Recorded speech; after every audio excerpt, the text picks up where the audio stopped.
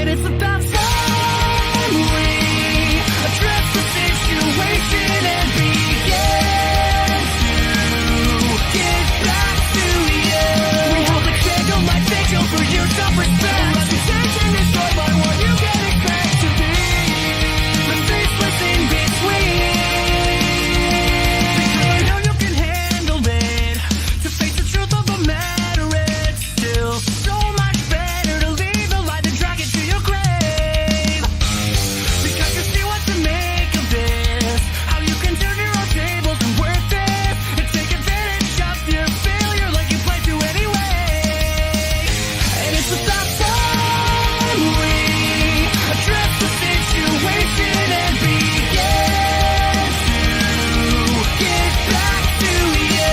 We hold a candlelight vigil for your self-respect. Reputation destroyed by what you can expect to be the faceless in between. You're still alive, but you've been dead inside for a long time. And I understand why. But you did this to yourself.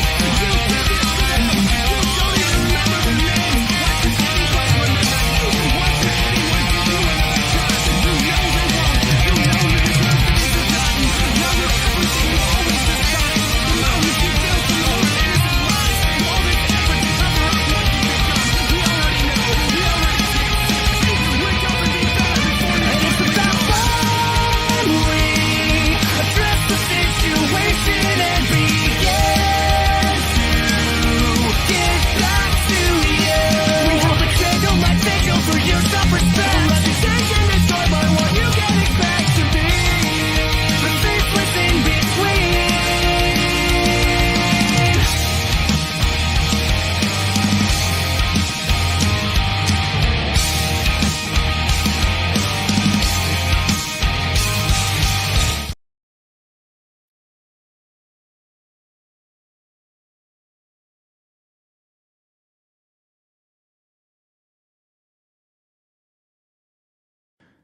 This program is a collaboration of personal opinions and individual free thought. It does not represent the views or narrative of the mainstream corporate media hacks. Viewer discretion is advised. And here we go.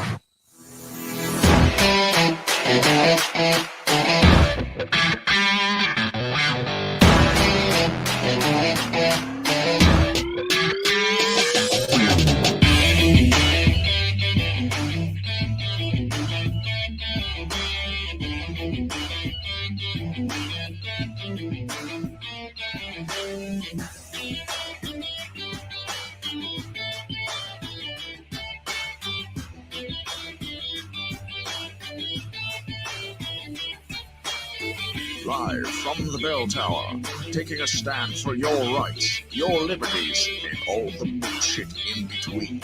You're listening to Ring the Bell Podcast. Hey, it's Monday night and we are on time. Like Never. it's 7-ish o'clock. My watch is dead, so that's probably why we're on time. So Yes. That's how is everybody doing? This is the Break the Bell podcast. It's Monday. World War III is about to kick off again. Again. What do you think about that? Yeah, I mean, the last, 3 years, I'm just expecting it. You just Right. I'm I'm just waiting for, the sirens to go off and people will be like, get under your desk, duck and cover. We still do that. I mean, I don't they know. don't even train us what to do in World War III I know. anymore. Like, what are kids supposed to do? They have all these, because the first Wednesday or Tuesday or whatever Oh, the yeah, month yeah, where they yeah. set off the sirens and shit, and they always have 4 different tones. Right. We know the tornado siren Right, tone. yeah. We know the fire siren tone. What are all those other ones? Yeah. They don't tell us what the other ones are. It's just if this siren happens, you're just fucked. Well, it would be like Hawaii. It wouldn't even work, right? Well, yeah, It yeah, would just shut off, and we'd just see mushroom clouds going off in the It's like- distance. But what is going on with your mic over there? I don't know. Stop It's bothering me. So it's bothering me. So yeah, they have these really ominous Cold War era tones in the sirens every Wednesday or whenever it is. first Wednesday of the month or whatever. And every time it's just like, oh, that's really scary sounding, but I have no idea what that is. Yeah. Like right. we used to have the nuke power plant. I'm sure it probably had something to do with that. Oh, yeah. But you think that they would give us some kind of indicator where you can find Right. out what those mean? Well, even if the voice said, first tornado, woo! Yeah, 'cause now there is- blizzard, woo! Well, the voice thing is even more ominous Yeah, to me. I know. That scares me almost every Yeah. time. It's like, this is only a test, and it's like that really like know. monotone. It's just But like, if it was something pleasant, like, Dolly Parton, like, hey, y'all, we going to do this now? would you really listen to that? No, not at all. What? So if it does go off, and because World War II or 3, 5, I don't know, 17, does kick off this week because of this shit going on in Israel with Yeah. Israel and Iran. I mean, I don't know what to do. Yeah, I Do, don't know. do we still go under the desks? Well, do I we? mean, most likely you and I will be on the road at a job site. Probably, right? which So, that's fine. Right. I'll just start heading to Canada or something. I don't know. Do people really attack Canada? I mean, Canada sucks. I was but going to say Canada's probably worse. Canada sucks, but does anybody actually attack them though? No, they don't, because So- they know they suck. Yeah, no. They're like, nobody We goes don't to want Canada. part of Canada. We don't want to take over Canada. Y'all just suck. Yeah. I would just go like find my way to like. There's a lot of trees in Canada. That's true. So That's true. I'd go hide in the mountains or Yeah. the trees or something in Canada. That's my goal. Actually, you could probably even head western Iowa and be okay. Probably, or head towards like Montana. Well, Montana's kind of since Yellowstone. Yeah, thanks, came out, Yellowstone. everybody's like, let's move to Montana. You ruined America's hiding spot. Yes, exactly. I don't know. Utah. Yeah. Hide with the Mormons. Wyoming. There you go. Maybe Wyoming. You were looking at land out there for no, it was Idaho. You were looking at Somewhere. I don't remember. It all. Every time I start looking at land places, you find out, hey, this place, all the West Coasters are moving to the Yeah, state, so right. don't move here now. And it's just like, all right, what about Arkansas? Does anybody really like Arkansas? I don't know. I don't know what my goal is, Yeah. but World War III is going to kick off because that was really loud. Whatever was that was. really Was loud. that a prop plane? Like a That's the Japanese bomb. bomber? I don't know. Good God. Very distracted. Iran attacked Israel. What, Yes. today or it was yesterday? Yesterday. Yeah. Last night. Well, it was last night Israel time, so like yesterday morning our Right, time, yeah. maybe. Right. And they're like, oh my God, I can't believe Iran launched this retaliatory attack. Well, but then And do you then see Iran's like, well, we told you we were going to do this. Yes, yeah, and I want to get into all that. But the funny part is to me is all these headlines are basically like, holy shit, I can't believe Iran would go as far to launch a retaliatory attack. And nobody's asking the question, what were they retaliating yeah. for? Because that's a key word that you guys are kind of ignoring a Yeah. lot. Right. Iran made it clear what they were retaliating for, but Yeah. when I looked it up, I'm like, I didn't even know that happened. Huh. You'll Like- have to tell me. Oh, you did? You don't know I what the guess I don't retaliation? know either. Okay. Well, apparently Israel attacked Iran or Iran's embassy in Syria earlier this month, like on the 2nd. Oh, okay. Yeah, when we were all watching it, Israel genocide the Palestinians, they were Right. also attacking a Syrian embassy and killing like 2 top generals. And Okay. Iran was like, yeah, we're gonna get you back for that, and they did. And then we're like, holy shit, I can't believe how dare Iran stoop this low Right. and attack Israel in this unprecedented retaliatory attack. Just like you keep using the word, but you keep like ignoring the fact that Right. Something had to trigger this. yeah, there was something else there. So we're going to talk about that. And then also there's some updates on the Baltimore Bridge because the FBI raided the sunken ship today. Yeah. And That's that's kind of because I mean, they came out so quickly and were like, no evidence of a Right. terrorist attack. I mean, there's no way that even got anybody onto the boat yet. Yeah. They're still pulling, like trying to find bodies in the water. They're like, no evidence Right. of this is not terrorism. There's just a power outage, guys. Okay. Lots of things can cause power outages, Right. including, but not limited to, terrorist attacks. right. So, Yeah. I'm really curious to see why the Did you see FBI raided this sunken ship. The mayor had come out and was like, those people responsible are going to pay dearly for this. And What it's like, people? That well, wasn't exactly. It It's wasn't like, a terrorist attack. Then do you know something we don't? Yeah. Derek says, I'll be working probably a couple hours from home. This is why I always have a bug out bag. a big Outback, he says. Oh. A sidearm and a long barrel pew pew and 100 rounds in my work truck. Don't tell my boss. I won't tell your boss if you don't tell my boss. You can tell my boss if you want. He doesn't. I promise you, he doesn't care. Yeah. So because he's the one that put him in my truck. I don't have all that stuff in my truck, but I do. If I go to hotels, and if I go out of town, Yeah. out of town, a lot of times I will put that little Caltech sub 2000 that folds up to like 14 inches, fits right in like a backpack and shit. Nice. Don't tell anybody yet, but yes, sometimes that goes with me because sometimes you need just a little You just more. never know. You just never know if the concealed pistol's going to Right. do it for you, so you got to have a backup plan. But yeah, that I've been intending to, especially when was it? This is getting way off topic, but we're in the pre-show, so we can get way off topic. What was the last? Oh, the eclipse. The eclipse. Oh yeah. I'm just like thinking during the eclipse, like I knew nothing was going to happen Yeah, during the right. eclipse, but it still gets my mind going. Like if something happens, I need to work out something where if I'm not home or if I'm away from home and wifey and kids can't get a hold of me, but they got to get the fuck out of there. It's Yeah. like, where are we going to meet? Right. How are we going to coordinate that? Yeah. And it's like, meet here. If I'm not here in 2 hours, keep going north, Right. or like what is the actual plan? You know? Right. Yeah. So No, I know, and my wife always thinks I'm crazy when I say that. It's like, hey, look, your if wife anything is happens, crazy. and she's like, okay, well, all right, and it's like, okay. You will thank me later. Exactly. Derek says there's no policy against having weapons in the truck, but it also hasn't been formally approved. Hey, it's easier to ask for forgiveness than permission, That's I say. always my motto. So keep doing what you do. I mean, better safe than sorry, all that shit. Yeah. I just hired a new guy, and I don't remember what got us on the topic of guns, and he was just like, yeah, we probably can't conceal carry here. I was like, are you serious? Yeah. Did you pull your shirt up Can on you him? legally conceal carry? That's what I asked him first. He's like, yes. I was like, okay. Yes, you definitely can conceal carry. I was like, don't take it into businesses that don't allow it, that are going to get us kicked off site. Other than that, I don't give a shit what you do. Right. Definitely. I definitely am a proponent of concealed carrying. If Yes. you are smart, I'm not even going to go as far as to say if you legally can. Yeah, Just right. for my workplace, for their benefit, I have to say if you legally can. Right. For Right. liability's sake of my work. Right. Yeah. But I don't give a shit if you carry illegally, if you're not being a dumbass and you're not killing people that Right. aren't and trying to kill flashing you. it around. Yeah. Right. Not I'm- being like I'm freaking Ranger Rick out there. security! Right, exactly.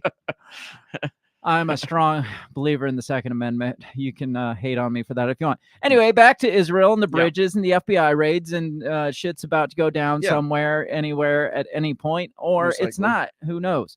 But they want us to think that shit is going to go down. Yeah. Which the bridge one's weird to me, and we'll get into this because it's like, how often do we say they're trying to push us into war with China? Right. Even if this was just like blatantly an accident, you think they'd be like, that was China. That was China did it. They did it. They cyber hacked us. Yeah. But they're very, very quickly to say it's not a terrorist attack. It's just kind of weird what's playing out with this one. Yeah. So we'll get into that here in a few minutes, and we'll get into the impending war between Israel and Iran. Make sure you check us out all over the social medias, far and wide. You can hit us up at our handles at Break the Bell Pod. Send us a message. Are they called X's now? Yes. Or X. just posts? Just post. Just posts. Yeah, they're not We're even just as sexy boring. anymore. You went just- from tweets to Just post a posts. thing. Just Yeah. post a thing on our X account. Yeah. Or you can leave a comment here. The comment section is always open. We love to hear from you. Come join us on a live episode someday. You can join Derek and whoever else is listening right now and jump in on the fun in the conversation. We try to get to your comments. We try to get derailed by your comments, so keep them coming. We're going to get right into the show. We're going to talk about some wars and stuff and ships The usual. and the FBI and whatever else Maybe some we think China. about, and maybe China. We'll be right back after this brief video. What did you say? You talking to me? What the heck are you talking about? What did you say? What did you say? What did you say? Are you talking to me? Are you talking to me? Are you talking to me? What are you talking about? What are you talking about? What are you saying? What did you say? Are you talking to me? Well, maybe he was talking to me. What'd you say? Talk to me. What in heaven's name are you talking about? Talk to me, baby. What did you just say? What did you say? You listen to me. Are you talking to me? Are you talking to me? What the hell are you talking about? Who are you talking to?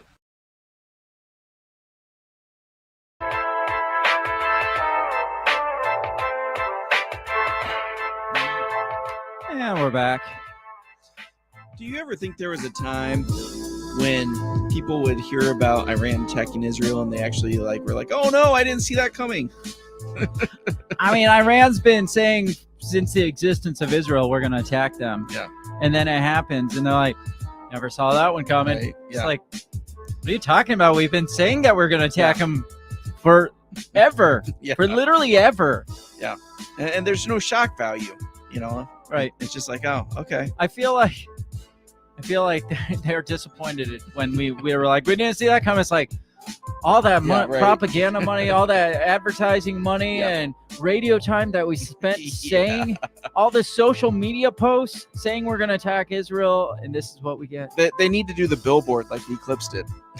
That got everyone's attention. They did.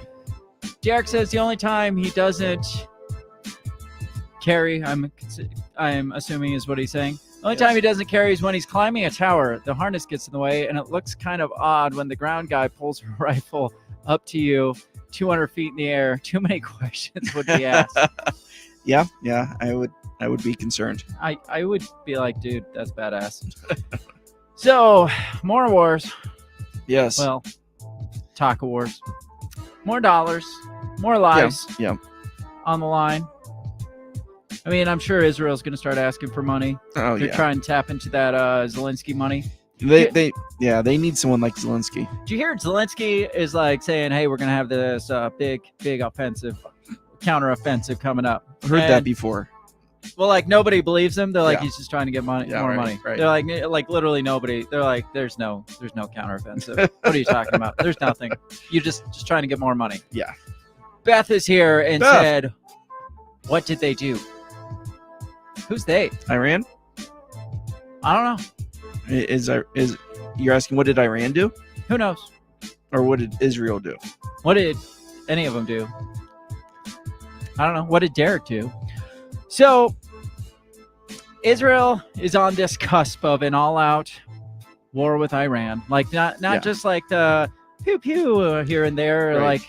Like this is like, this might be an actual war this time. Right. Yeah. Like well, for real, because guys. if it's Hamas, right, then it's like, oh, okay, well they're just up against this rogue state terrorist group. Right.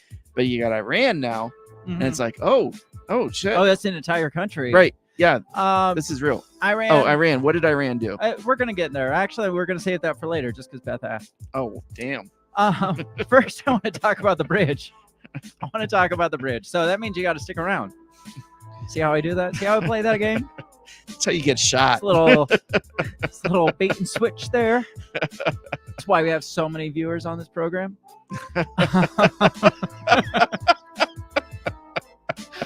So yeah, I do shit. Let's talk about these new developments in this the Baltimore Bridge. Remember, we talked in the pre-show, but remember how quickly they steered us right after the ship so clearly steered immediately into the bridge support, like so very like Precise. Yeah. it precise, is. like lined up perpendicular with it and smashed into it. And they were so quickly to say there's no indication of terrorism whatsoever. So like immediately, no indication. And Had no chance to investigate. Like I said, the ship was under a bridge at this point, Right. like literally under a pile of bridge. There's no chance to find the black box, which ships do have, from what I've heard, just like airplanes do. Which they always seem to like not go after the black box first. They're always like, "Yeah, this is what the conclusion we've come to within 45 minutes." But we haven't found a black box yet. Yeah. Now, there's been nothing. But today, the FBI has given this ship the, what is it, the Dolly? Or whatever? The Dolly. The Dolly. Gave it the Diddy Mansion treatment, like full-blown raid. I saw some posts that called it an FBI raid on the ship. I'm like, how do you raid a do you need to raid a sunken ship? Yeah. Like, are there pirates on it still? like what? No, that would be badass. Like some headlines were like FBI raid on the ship in the port of Baltimore. I'm like, it's abandoned. A raid. I could raid it. Well, according to Reuters, the FBI has opened a criminal probe into the deadly Baltimore Bridge collapse. Gotcha. A criminal probe. Makes you ask so many more questions when you hear that the FBI has opened a criminal probe, when there's no indication of any sort of terrorism. Maybe they found some indication after they decided to, I don't know, fucking go on the boat. Right. Or maybe even just like get within like view of the boat. Like, maybe they're like, maybe there is some indication of some foul play here. Maybe not terrorism. I'm not saying that, but maybe something went down that we should bring in some law enforcement here. It's like anytime you find a dead body, you don't automatically just like that guy just you just find a dead body in the middle of the road. If you find them like in their bed, maybe you could be like, probably not foul play here, but somebody's just lying dead in the streets. Something happened. You don't just walk by and you're like, I mean, except for like people that investigate like Clinton body counts. Right. Those then suicides. Then they walk by and they're like, no evidence of foul play here, guys. 2 in the back of the head. It looks like suicide. But for the majority of the rest of us who murder people, generally they come up and they're like, oh, this doesn't look right. Somebody's just dead in the middle of the road. That's not natural. Maybe just to clear things up, have a criminal investigation. Yeah. They don't just walk up and be like, no evidence of foul play here, guys. That guy's head is caved in. Yeah, right. Maybe come out and be like, hey, it's only been 45 minutes. Just chill. We don't know. We have no idea. Give us some time, okay? We literally have no freaking clue. Yeah. Well, it's been what, 3 weeks now? Yeah. Since this, which is kind of crazy. That is crazy. 3 weeks now, and the FBI is like, maybe we should take a look at this.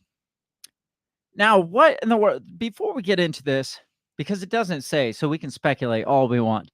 What in the world do you think would warrant an FBI investigation into this? Boy, maybe some kind of tip, maybe something in the I assume like the computers and everything that register like different, like a DVR will register like a power increase or a temperature increase or something. Right. So maybe they saw something in the records there. They're like, oh, that shouldn't have happened like that. Yeah. So, all right, let's read this article quick and then we'll speculate some more because that's all we can do. This says, the FBI has opened a federal criminal investigation into the deadly collapse of the Baltimore Bridge last month when a ship crashed into one of its supports, the Bureau said on Monday. FBI agents had boarded, or as some reports said, raided, the cargo ship Dolly to conduct court-authorized law enforcement activity regarding the crash, a spokesperson told Reuters. There is no public information available, and the FBI will have no further comment, the spokesperson said. In the early morning of March 26th, the massive container ship lost power and crashed into a support pylon, sending the Francis Scott Key Bridge collapsing into the Patapsco River and killing 6 people who were working on the span at the time of the crash. The investigation into the collapse will focus in part on whether the crew of the cargo vessel left the port knowing the freighter had serious problems with its system, the Washington Post reported on Monday. Now, I don't know if I believe that. So they're trying to write this off as, oh, why would the FBI be there? Oh, they're reporting to see if there was a known problem. They're like, let's just go on without it. Yeah. That doesn't sound like an FBI investigation, an FBI level investigation. You would think that would be like, I don't know, Department of Transportation or Port Authority, Coast Guard, maybe. But there not was quite a FBI. specific. Let me see. It was I have it written down. like cooler alarms or something had gone off. The because there was- National Transportation Safety Board, who is performing separate investigations, not the same investigation at all. Yeah. But they are specifically focused on whether or not there was a problem before they left the port. Gotcha. Doesn't seem like that's an FBI No, responsibility. It definitely seems like a National Transportation Safety Yeah. Board investigation. Right. FBI would be if someone intentionally sabotaged the ship or hacked the ship Right. or crashed the bridge. You would think so. I mean, they're more like organized crime or terrorism or Bank robberies, white collar crimes or terrorist attacks. stuff like that, but not, hey, this is negligence. Right. I don't feel like the FBI is typically responsible for like even criminal negligence. Yeah. I don't know. Maybe I don't think correct they would me if be. I'm wrong, Yeah. but If I we don't have know. any FBI guys listening, Replacing the bridge will likely take years, but authorities have opened 2 temporary channels to allow some shallow draft vessels to move around the stricken container vessel. When the crash occurred, the Dolly was leaving Baltimore en route to Colombo, Sri Lanka, and a crew of 21 plus 2 pilots on board to guide it out of the port. That was their only job. right? Their only job. Just get. was They to had get 2 it out of the them. port. 2 Two of them. Yeah. One was And probably like, make sure we don't hit that side, and the other one's job was not to hit that side. and they're just like, no, go this way so you don't hit that side. No, and then no, they too just went much. Right down the middle. The same ship was involved in the incident in Port Antwerp, Belgium in 2016 when it hit a quay as it tried to exit the North Sea container terminal. A quay. I don't know what a quay is, but it sounds not as bad as that bridge. An inspection in 2023 carried out in San Antonio, Chile, found the vessel had propulsion and auxiliary machinery deficiencies, according to data on the public Aquasis website, which provides information on ships. According to Singapore's Maritime and Port Authority, the vessel passed foreign port inspections last June and September. The registered owner of the Singapore flagship is Grace Ocean Pte Ltd. LCEG data shows. That's a lot of acronyms. Synergy Marine Group managed the ship, and Maersk chartered the vessel. It's a concrete platform to help ships unload cargo. So they bumped into a dock. Yeah. So that tells me that the FBI is there.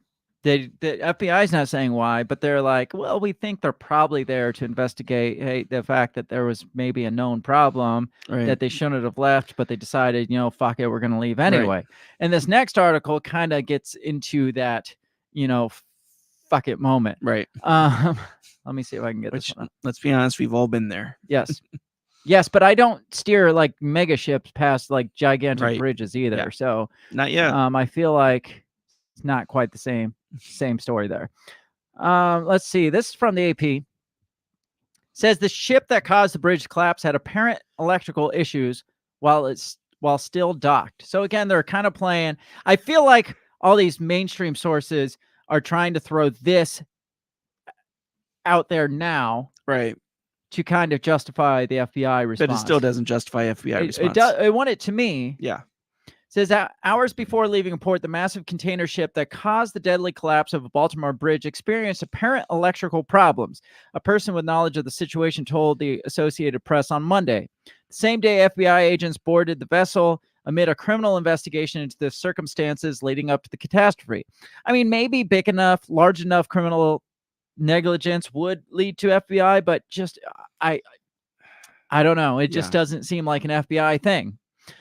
The Dolly departed Baltimore's port early on March 26, laden with cargo destined for Sri Lanka. It lost power before reaching open water and struck one of the supports on the Francis Scott Key Bridge. Yes, we know.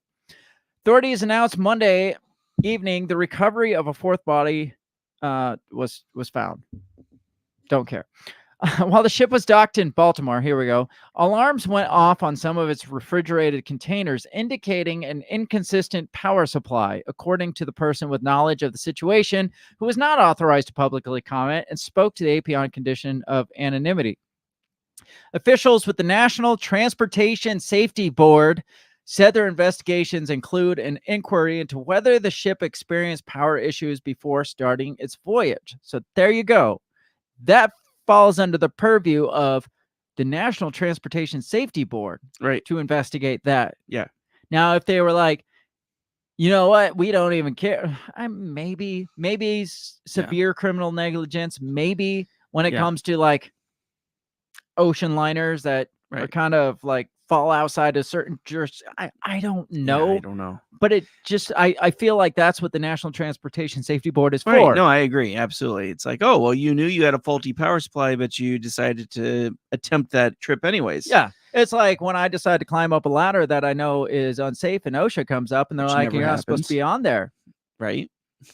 I don't expect local law enforcement to rush in and tackle me for standing on this, even if, I don't know, even if I'm like about to crash into like a bunch of small children, I don't expect the police to arrive. I Well, expect OSHA to come up yeah. and slap me with fines and say, don't do that. Even if you had a faulty, like, say, fire alarm, right? Right. And there's a fire at a hotel and say 6 people die. And I knew that the fire alarm Right. was faulty. It's like the FBI still would not come into that. No, no, that would probably the fire marshal The fire marshal, would the slap me with. police, the Maybe the police. I don't even know if the police would have anything really. I mean, they might investigate. arson.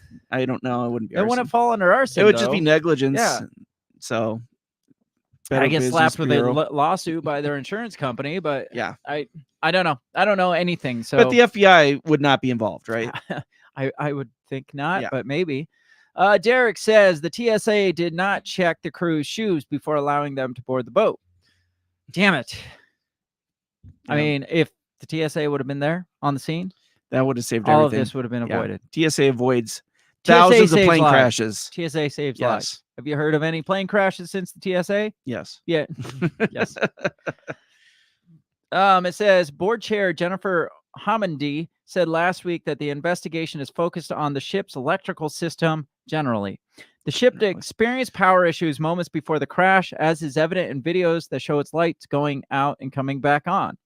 Hammond said information gleaned from the vessel's voyage data recorder, or the black box, so they did find it, is relatively basic. So that information in the engine room will help us tremendously. So it sounds like she's like, we're not going to get much out of the black box because it's super basic. So we're just going to get all our information from the engine room.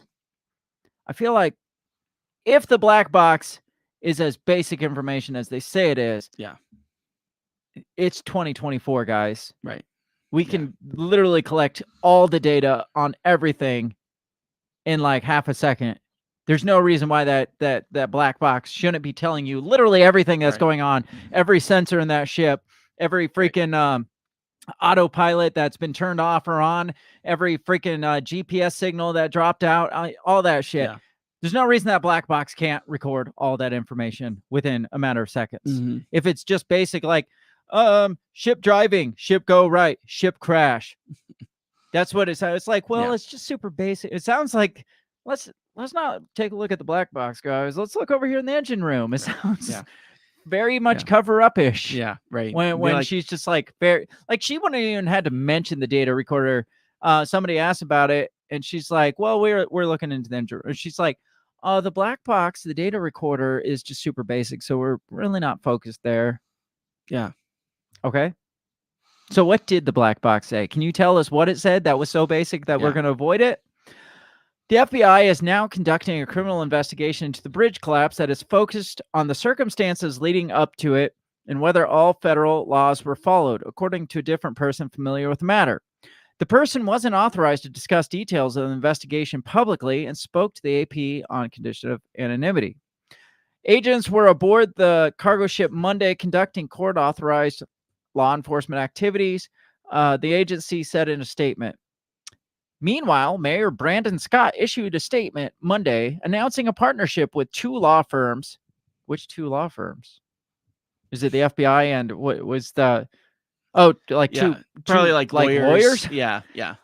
To launch legal action to hold the wrongdoers responsible and mitigate harm to the people of Baltimore. He said, "We will take decisive action to hold responsible all entities accountable for the Key Bridge tragedy, including the owner, operator, and manufacturer of the cargo ship, which began its journey roughly half an hour before losing power and veering off course. So what do you think so far? Again, it sounds like there's some vital information that's missing. I feel like they're really downplaying the fact that the FBI is. Maybe we're blowing it out of proportion. Maybe we are. know. I mean, it's highly possible. That's what we do. This is true. We overly speculate. Now, and we blow did you things out hear of that proportion. the owner and the managing company both petitioned the courts to make sure that they could cap their financial liability? Can we just pay for it was the amount that the ship was worth and the cargo that the amount they would have made for the cargo. So it was like $43 million. But not for the bridge. Yeah, right. Or any We're other, not really responsible for that. Well, it didn't help. The person that put that idea in their head, Joe Biden, when he's like, we're going to get the government to pay for all of it. And I'm just like, what about them? They're And clearly they're saying they're going to have that whole thing like cleared out by the end of May. Yeah, they're going to ship it to China and like destroy it like the Twin Towers. So we have no evidence of what actually happened. That's what's going to happen. It's going to be like, well, we would look at the support beams of the bridge, but it's been recycled to China. Yeah. So we can't see it now. Yeah. Faster than you can even ask the question. So FBI is there. Yes. Exactly what they're doing. Supposedly just according to even though the FBI didn't say anything, they literally said, yeah, we're there. Court ordered there. And I'm not even supposed to tell you that. Right. And then these people come up with this. Well, they're there because there was power issues beforehand and they knew about it and it's negligence. And that's what they're there for. Right. It's like, I feel like you're kind of brushing this under the rug here. Right.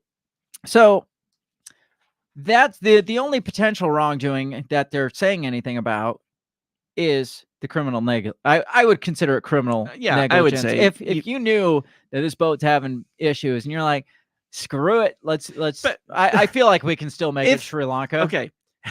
If I had a bad say like I had a car that sucked, okay, I would not try to drive to Florida with it. Would you take a ship that you knew might not make it to Sri Lanka? I might. And let's go on this baby. $47 million on that boat.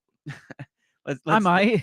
We're going across the Atlantic through the Indian and every day that they're late delivering it, they're probably like get fined or something too. It's like truckers. I mean, you got to stay on schedule. It's like, yeah, it flickered. We'll be all right. It's just Sri Lanka, right? We'll be fine. We'll get it fixed at the next port. So power issues before. Yeah. National Transportation Agency or whatever, National Transportation Safety Board is investigating, and the FBI is investigating supposedly the same thing. Again, if the FBI is there and they think maybe there's some foul play here, why were they so quick to just be like, guys, it's just a power issue, not terrorism, not foul play, nothing like that? It just raises, like, even let's scratch the fact that the FBI is there, whatever fucking reason they're there for. Why did they come out so soon and say nothing to worry about, guys? Was it just to keep people from panicking? That would be my guess. Keep the stocks from plummeting? That'd be my guess. But it's still irresponsible. Why don't you just think say, so. I don't know. Remember, we don't know. What wasn't it when COVID kicked off and Donald Trump's like, oh, it's not that big a deal, guys. And then they're like, well, he should be held criminally responsible for downplaying the situation. Yeah. People are dying because of him. Yes. Yeah. And I mean, as far as I know, nobody's dying from this yet, but you think they would learn their lesson and not jump to conclusions so freaking quickly and just be like, I don't know. It was a slow news week. The boat they crashed. had to come up with something. The boat crashed. I don't know. Is there any chance? Do you think there's any chance that this is more than just an accident at this point? Absolutely. 3 weeks later? Yes. Like potentially a cyber attack or a Potentially. terrorist, like an actual terrorist attack. Some, I don't know. Or maybe the FBI is not there investigating, but cleaning care up of evidence. Getting rid of their own evidence. I don't know. Steel bridges don't fall at the speed of gravity. faster than the speed of gravity. I don't know. Right. Let's I wanted to get into this article while we're still on topic of this. This one's kind of long. Okay. This is more interesting to me than the nothing that the other Right. shit's saying. Besides, oh, the FBI's on scene. Don't worry, nothing's going on. So this is from controlglobal.com. It's a blog. An unfettered blog, apparently, whatever that means. By Joe Weiss. Says, could the Dolly container ship incident have been a control system cyber attack? Now, something that's really interesting here is this guy says that even if it was a cyber attack, it would be really hard and take a long time to determine that it was a cyber attack. Yeah. So for them to come out, 45 minutes later and say, no evidence. So it's like you have had no experts come in, look at the data, nothing. Of course, there's no evidence of it because you haven't looked at any of the evidence yet. But this is super interesting. It goes into all the different possibilities here. Okay. And I'm not going to be able to read this whole thing because it's super freaking long. It says this blog is not about whether the container ship MV Dolly's crash was caused by a cyber attack. Rather, the question it takes up is whether the Dolly's crash could have been caused by a control system cyber attack. So it's not. He's not saying it was. He's saying could it? It could have been. Right. Is it possible? He's just. Yeah. He's at least willing to like go down that road and see. Right. Is this even possible? Yeah. He's not saying yes, it definitely was. He's not a conspiracy theorist or whatever. He's just saying, all right, let's look at all the many ways that this could have been. Yeah. Says, I reached out to experts from maritime and maritime cybersecurity, logistics, lighting controls, cybersecurity, navigation, and others for this blog. A large ship is effectively a power plant with rudders. It is also a mini city with its own microgrid. From a control system cybersecurity perspective, the difference between a ship on or underwater and any shore facility is the importance of geolocation to the ship. Cyber vulnerability associated with load shedding, engine controls, power management, equipment maintenance, and other aspects of the vessel operation are either the same or very similar to shore facilities. It's too soon to tell whether the incident was an unfortunate safety-related mishap or something more sinister, such as a cyber attack. So he's saying it's too soon to make that we're talking 3 weeks later. Yeah, it's too right. soon to make that That makes sense. kind of decision whether or not it was or was not. And they came out like 45 minutes later and says definitely not.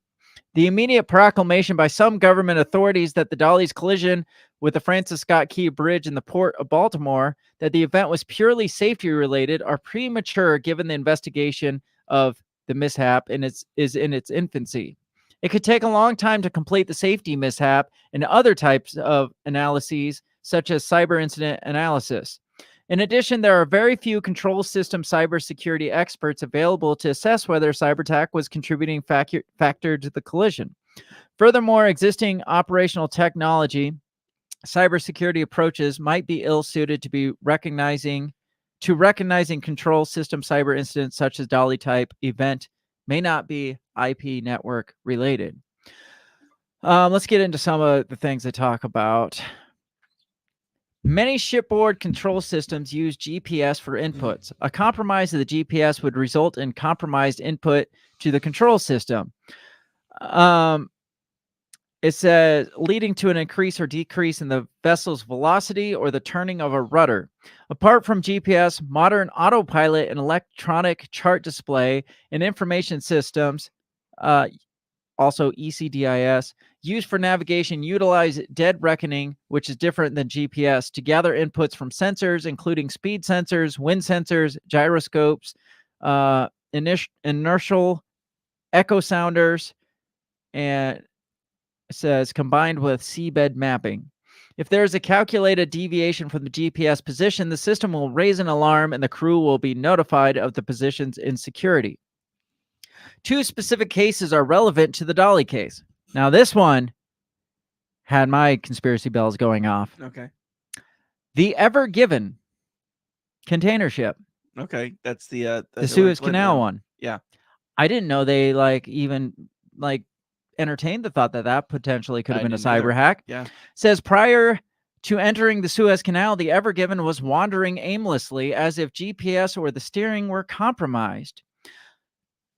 Never thought of that. Never crossed our mind at the time. Right.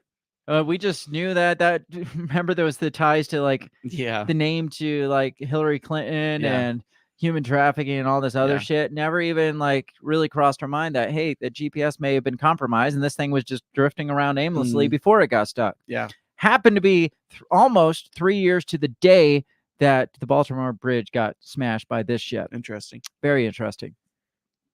A more recent case involved multiple issues with the naval warship engineering SCADA system and process sensors. In one instance, it resulted in the complete loss of control of the ship. In another instance, control system cyber issues with the main propulsion engine caused loss of steering. In yet another instance, there was a loss of communication between the engine room and the bridge. So here's some history. I'm not going to get into all this of the Dali ship. The Dali is a 91,128 gross tonnage container ship completed in 2015 by Hyundai Heavy Industries in South Korea. In 2016, the ship was sold to Grace Ocean Pte. To be managed and operated by Synergy Marine Group, Singapore, where the Dali was registered. Initially, the Dali was repaired and serviced by the builder Hyundai in South Korea. However, beginning in 2020, China's Lian shipyard was contracted to perform repairs and perform maintenance on the Dali. So all its maintenance in the last 4 years has been done in China, who's like our sworn enemy, who we still get most of our parts and supplies from. Food and all Yeah, that. that makes sense. Leon's dockyard is a wholly owned subsidiary of China Merchants Industry Holdings and focuses on ship repair, has technical knowledge in steelwork, coating, painting, machinery maintenance, oil tanks, conversion, and offshore repairs and conversions. Because maintenance of the Dali was performed in China, it's reasonable to ask whether any malware, Trojan horses, or hardware backdoors might have been installed on the ship. Additionally, have Chinese equipment with hardware backdoors been installed in the Dali during maintenance performed in China? Highly possible. It's being repaired by one of our sworn enemies. Right. Yeah. And they know it's probably coming here at some point. Absolutely. And they're like, Be easy to download a patch into it. Right. Right. Now, this one was interesting. This one is something that they're not really telling us about. Chinese port cranes. The Dali unloaded and loaded containers at the port of Baltimore. The cranes used to unload and load containers came from China. So the cranes on the ship, you can see them right here. See, Yeah. these Okay. big old Chinese port cranes. Yeah. That work the ship in the port of Baltimore.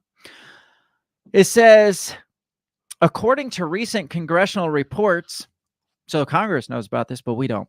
12 cellular modems were discovered on Chinese port crane manufacturers, crane equipment, and in a server room at a U.S. port. The manufacturer ZPMC never explained the reason why they were there, never explained their use, and did not provide the configuration settings and downplayed the issue. So there's these cellular modems just on these cranes. Yeah. They pull into our ports without reason. What the fuck are they doing? Right. Like, what can they do? What are they doing? Why? What's their purpose? Yeah, we're not going to tell you. Moreover, the port authority, so the people that work the ports, say they have no specific need for those things to be on the port cranes. I don't know why there's no reason for those to be there. And the Chinese are like, yeah, we're not going to tell you. Cellular modems can be used to identify what containers have been loaded or unloaded, where the newly loaded containers were located, and to send commands and potentially spoofed sensor signals to port equipment or to the Dali. It's not known whether that happened, but it could have occurred. Then it gets into power issues, talks about reports of power outages. This says that they had, the ship was suffering power outages for 2 days prior to his departure. That seems like something that they should have thought about before leaving. Yeah. Now, I don't know if you remember, one of the theories, or one of the first things that came out was like, they were like, oh, it's a bad fuel thing, so the generators weren't firing properly. Right. You Yeah. remember hearing that? Mm-hmm. This says, after collecting all the available data, including correlating multiple AIS-provided data, the workboat in Baltimore, which approached the Dali, did not onboard any new fuel. Therefore, the last prior loading of the fuel occurred in Elizabeth, New Jersey on March 20th, 2024. This would preclude issues with bad fuel. So if you put bad fuel in it, it would have had issues long before this point because it didn't refuel there in Baltimore. So why would all of a sudden its fuel just go bad? Right. It made it from New Jersey to Baltimore just fine, but for some reason the bad fuel just decided to be All of a bad sudden, all of a sudden. Yes. Talks about internet access.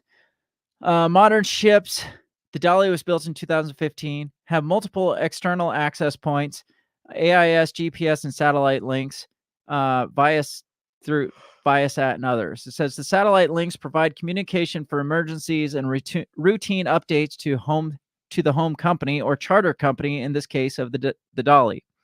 Viasat was hacked by Russia at the beginning of the Russian-Ukraine war. As mentioned, Russia, China, and Iran have demonstrated expertise in hacking GPS affecting ships. There is also the possibility of malicious updates. Usually normal updates happen at the port. This could be where malicious updates could be substituted. Chinese port cranes make this possible, especially when the cranes come equipped with unasked for modems and possibly other unknown equipment like with the Chinese transformers. So they're saying when these cranes come in with their cellular modems, they could be sending these updates through the Wi-Fi or whatever, the network to the ship systems, and they could have sent some like faulty or hacked. Makes sense to me. Shit. Talks about alarms, communication, and steering. It says the actual collision with the Francis Scott Key Bridge seems to have been a complex incident. Numerous alarms were recorded on the ship's bridge audio at 1:24. Now listen to this. Around the same time, the Voyage data recorder, also known as the black box, stopped recording. But it was able to stop recording the system data, but was able to continue taping audio. Now, that tells me that it wasn't the power outage that caused the black box to stop recording, because if the power outage caused the black box to stop recording, it would have stopped recording the audio as well. Right, yeah. Number two, do you not think that black box has a fucking battery backup? Right, yeah. So coincidentally, when this oops happened, this inevitable power failure, because we know that it was already having power problems, so this inevitable power failure happens at the same time. Conveniently, the black box is just like, I'm not going to work either. Right. Convenient. Like it just a little too convenient. It's so odd how either the black box gets destroyed when they're supposed to be indestructible, gets switched off when they're not supposed to be switched off, or it stops recording when they're not supposed to stop. Like it's just weird. Almost interesting to me, like cameras in Las Vegas, right? Or cameras in Epstein's cell, or cameras that are around the Pentagon, or just always conveniently this high-tech technology just stops working when it's most critically supposed to be working. Yeah. It says 2 minutes later. Now you think of a malfunction. 2 minutes later, all of a sudden, it starts recording again and captured steering commands and orders about its rudder. Says it's unclear what caused the loss of data recording. Yeah, somebody probably fucking turned it off. That same minute, the pilot issued a very high-frequency radio call to nearby tugboats requesting assistance for the stricken vessel, indicating there was at least some emergency backup power available. At 1:27, the pilot ordered the Dolly to drop the port anchor along with other steering commands. The pilot also issued another high-frequency radio call reporting that the ship had lost all power and was approaching the Francis Scott Key Bridge. From what is publicly known, the ship was not aimed directly at the bridge when it lost power. So the ship loses power. He starts yelling orders like, turn, do something, like drop anchor, fucking do something. We have no power. And they're like, it's not turning. It says when all the power was lost, the rudder position would not have been expected to change. Right. That would be my thought. Consequently, when the power came back on, the control system had to change rudder position to hit the bridge head on. You see that. You see that in the videos. Yeah. Power goes out. It's going this direction. All of a sudden, the power comes back on. And it's like, and crashes into it. It says, it's unlikely the captain's steering command would have been aim the ship at the bridge's structure. Hopefully it'll make us stop. That'll stop us. Yeah. Surely it'll hold. It gets into shipboard components. Just gets into all the other like satellite components and stuff that like process sensors, which probably were manufactured in China. It says process sensors measure pressure levels, flow, temperature, etc. They generally have no cybersecurity authentication or cyber logging. Yet the need to calibrate process sensors, whether analog or digital sensors, involves connection to the internet. According to the chair of the NTSB, process sensors are not an input to the VDR, the black box. However, it's possible they were connected to the internet, especially if maintenance was performed while in port. Common process sensor network for ships with analog process sensors is wired highway addressable remote transducer. This is an older protocol, at best minimal cybersecurity. As mentioned, there have been several cases where ships have lost all power and control at sea because of process sensor issues. The Dali had passed previous inspections during its time at sea, but during one such inspection in San Antonio, Chile, officials discovered a deficiency with the propulsion and auxiliary machinery, or process sensors, that was subsequently addressed.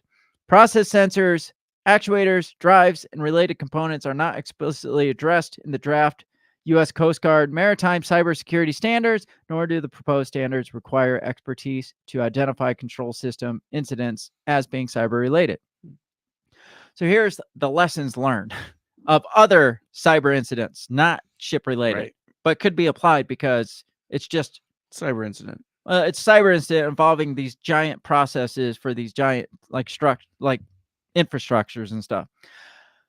It says a cyber incident is electronic communications between systems and systems and people. The impacts the confidentiality, integrity, or availability of the system. This can be either intentional or unintentional or malicious. As demonstrated by Stuxnet, a sophisticated cyber attack can be made to look like an equipment malfunction rather than a cyber attack.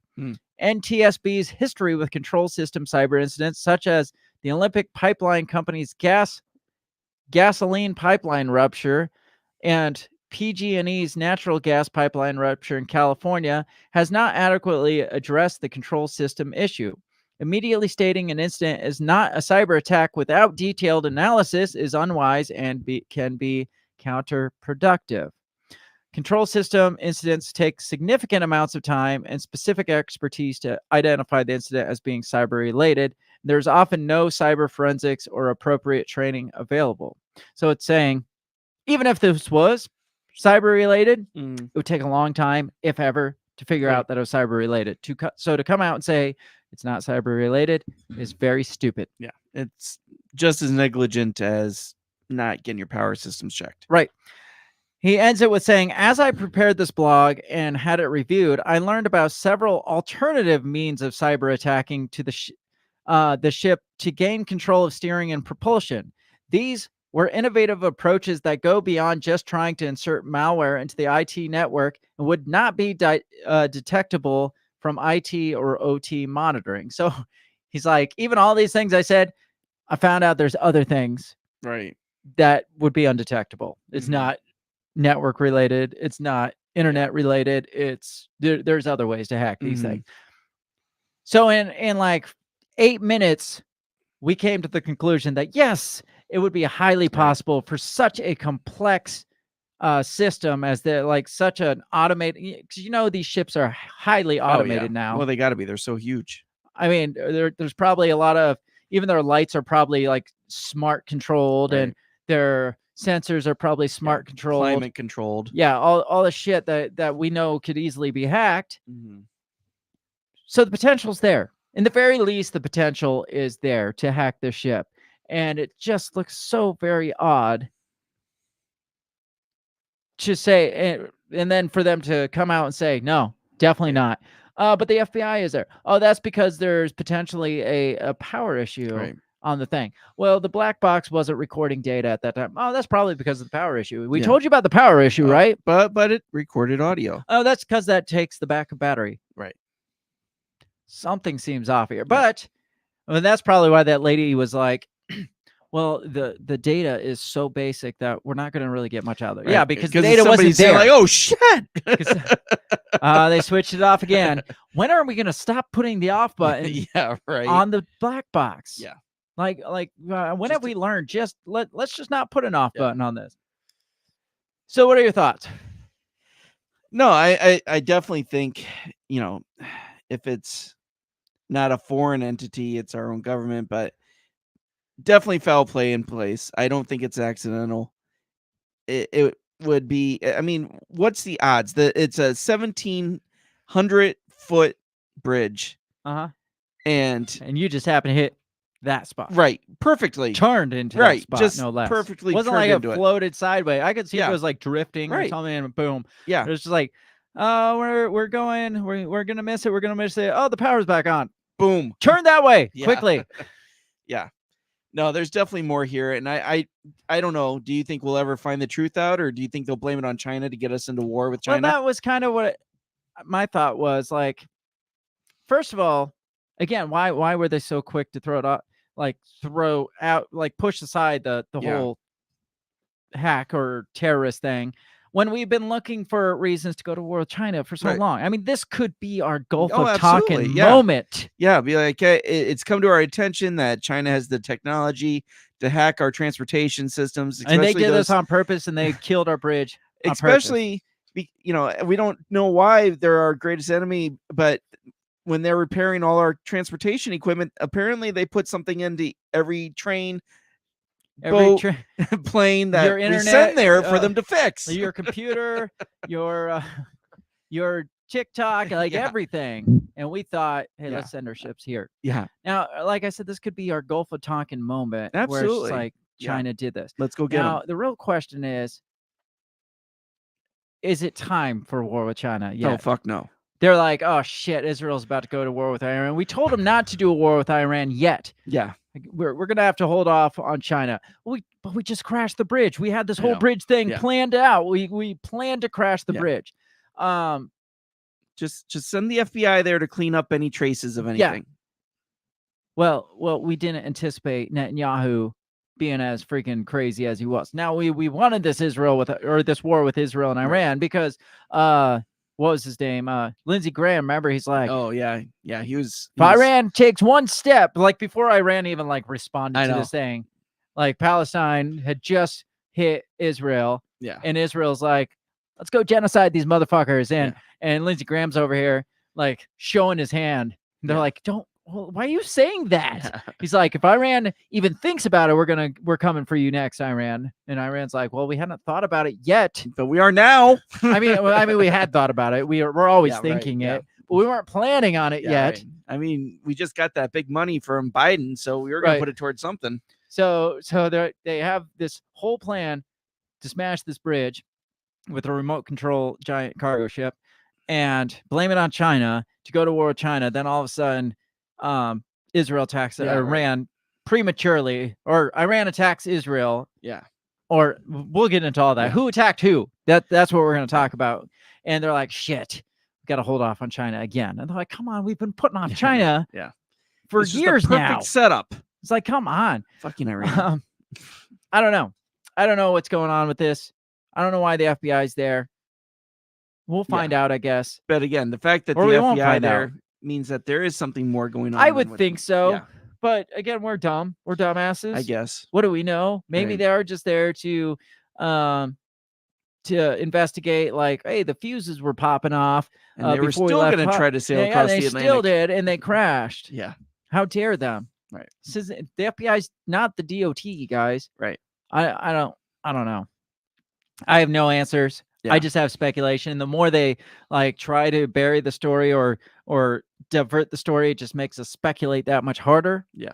Yeah. So I mean, that's our job here. Right. That's Come what up we do. with every solution or every possible scenario besides what they're telling us, Yeah. because that's probably most likely bullshit. So we're gonna get into break because if Beth's still here, she wants to hear what happened with Iran. Yeah. So we've kind of Are you hinted still around there, about Beth? it, danced around, beat around the bush about it. So we got to get into this Iran stuff before Beth says human trafficking. I don't know what you're referring to.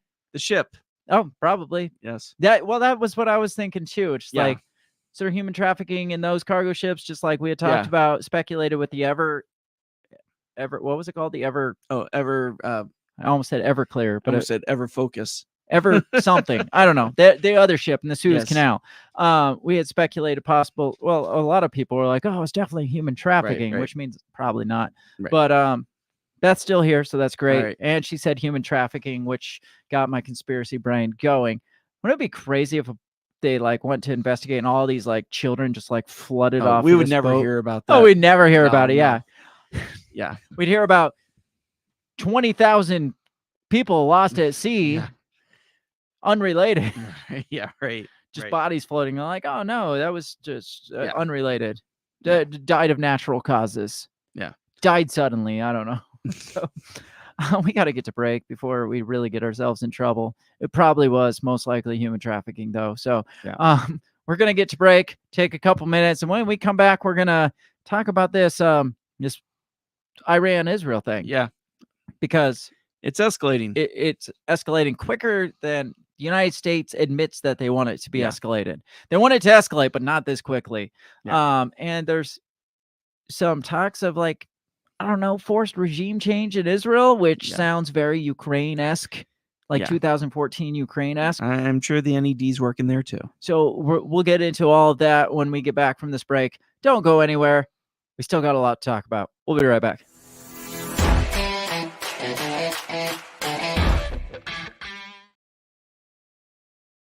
Take a moment and remember the feeling. When they called you not essential. When they dictated what you could do, where you could go, how you could breathe. It's disgusting, isn't it? And they're trying to do it again. We've seen what happens when the people lose control. When politicians and unelected bureaucrats make the big decisions on our behalf, whether we like them or not. When the choices are taken away from us one by one.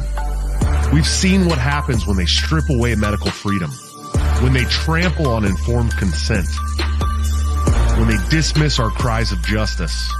They laughed at us. They called us names. Rest in peace, Wheezy. Them, their freedom. I want my freedom to live. And they shamed us for not going along with their every demand. Enough already. It's time to hold these tyrants accountable. In the midst of them trying to do it again, this wasn't a public health measure. This was an act of war against a peaceful people. But a reckoning is coming, and we're leading the charge. This campaign is for all of us. I'm asking you to join this movement that's for every single person who felt the crushing weight of mandates, the sting of being called unessential, the pain of having your liberties stripped away. I'm Joshua Smith, and I'm running because you are essential, and because our freedoms are non-negotiable. Not last time, not this time, not ever again. I recommend take the vaccines. I did it. It's good. We faced the challenges. We felt the pain, but we're not defeated. Together, we have the power to create a brighter future, one where liberty thrives and tyranny dies. I endorse prosecuting the COVID tyrants and using Guantanamo Bay to lock them away for their crimes against humanity. In the face of all of this happening again, where they think we're stupid enough to fall for it, in 2024, a vote for me is a vote for vengeance. Go to joshuasmith2024.com to find out how you can help.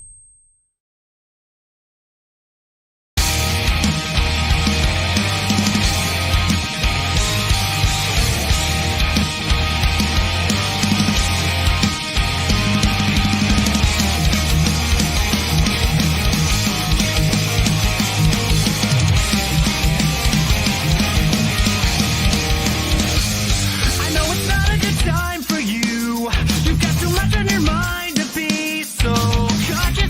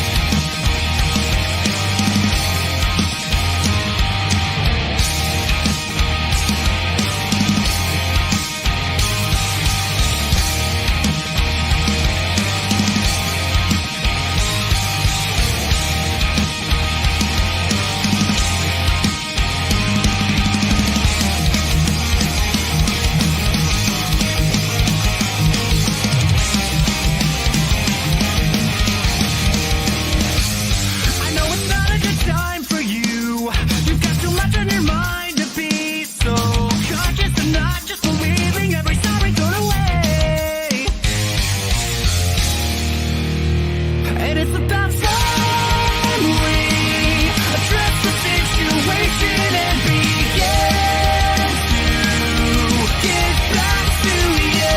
We hold the candle like vigil for your self-respect. Reputation destroyed by what you can expect to be the faceless in between. Because I know you can handle it. To face the truth of the matter, it's still so much better to leave the light than drag it to your grave. Because you see what to make of this. How you can turn your own tables and work this and take advantage of your failure like you planned to anyway. And it's about time we address the situation and begin to get back to you. We hold the candle like vigil for your self-respect. Reputation destroyed by what you can expect to be the faceless in between. You're still alive, but you've been dead inside for a long time.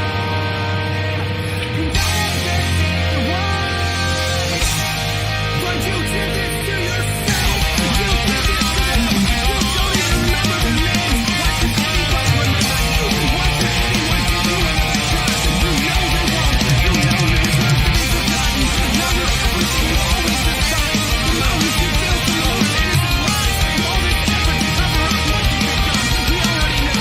We already see. Wake up and be better before you. And it's about time we address the situation and begin to get back to you. We hold the candle like vigil for your self-respect. Reputation destroyed by what you can expect to be the faceless in between.